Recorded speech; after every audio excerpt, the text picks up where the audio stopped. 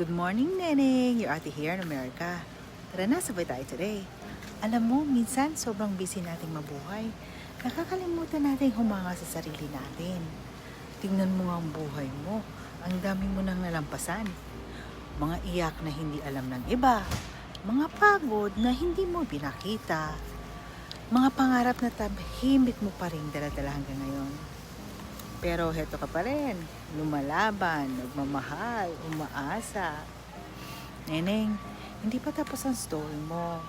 Maybe this season is not punishment. Maybe it's preparation, right? Baka kaya ka dinaan sa maraming hirap dahil mas matibay ka kaysa akala mo.